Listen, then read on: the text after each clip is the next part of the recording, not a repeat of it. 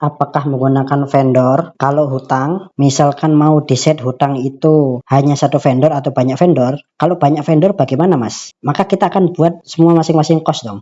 Tidak perlu. Untuk banyak vendor, selama teman-teman hafal nilainya ataupun mungkin sama nilai harganya, ya udah kita buat satu saja. Atau kita set ini aja, misalkan ya. Biayanya apa? Itu kalau hutang. Kalau tunai itu beda. Kalau hutang itu akun kas ini akan menjadi akun hutang. Uang muka ini seharusnya menjadi hutang sementara. Kalau hutang, bukan uang muka. Ini hutang sementara sebenarnya teman-teman.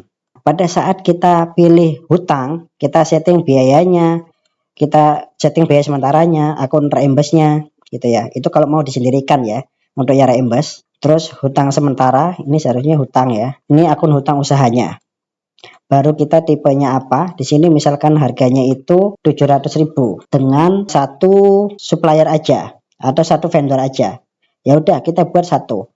Tapi bagaimana jika banyak vendor harganya sama tapi? Ya sudah, kita nggak usah centang ini nggak apa-apa. Atau kita mau isikan juga nggak apa-apa. Pada saat add cost, misalkan di sini ya, ini kan biaya lulu misalkan. Pada saat kita isikan, pada saat kita tambahkan di job file di sini,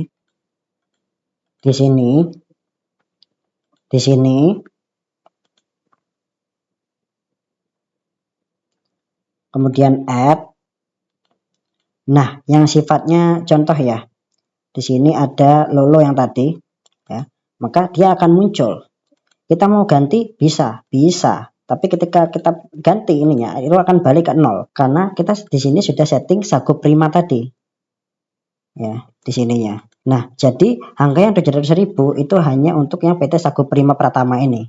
Ya, kalau kita misalkan ganti, misalkan lolo ini kita ganti vendor PT Maxis, maka harganya kita bisa rubah-rubah. Kita ganti misalkan PT Maxis ya, itu kita mau ganti 7 juta kah? Itu terserah. Itu kalau yang di sisi operasional vendor ya, hutang ya. Hutang itu nggak mandatori teman-teman. Kalau memang misalkan costingnya banyak ya, Mas, banyak vendor ternyata kita. Oke, harganya beda-beda juga. Kalau harganya beda-beda, ya monggo. Mau diinputkan satu persatu, silahkan. Itu lebih bagusnya satu persatu, tapi itu kan lama gitu ya. Ada banyak, ada ribuan gitu. Ada beberapa kejadian itu costing 13.000 kos misalkan gitu ya. Ada 13.000 struktur nama biaya. Karena itu kita setting, kita buat per komoditi gitu ya. Misalkan biaya lolo kontainer 20 feet, biaya lolo kontainer 40 feet open top, biaya lolo kontainer 40 feet high cube, harganya beda-beda. Vendornya juga beda-beda sehingga di cost itu ada ribuan nanti. Ribuan data. Kita buat fleksibel bisa, kita mau jabarkan juga bisa. Tergantung nama biaya ini kepakainya kapan, pada saat apa. Tergantung teknis penamaannya aja. Jadi seperti itu ya teman-teman. Operational cost itu ada dua ya, mau hutang mau tunai. Tergantung bagaimana kita menyikapi dan teknis di lapangannya bagaimana.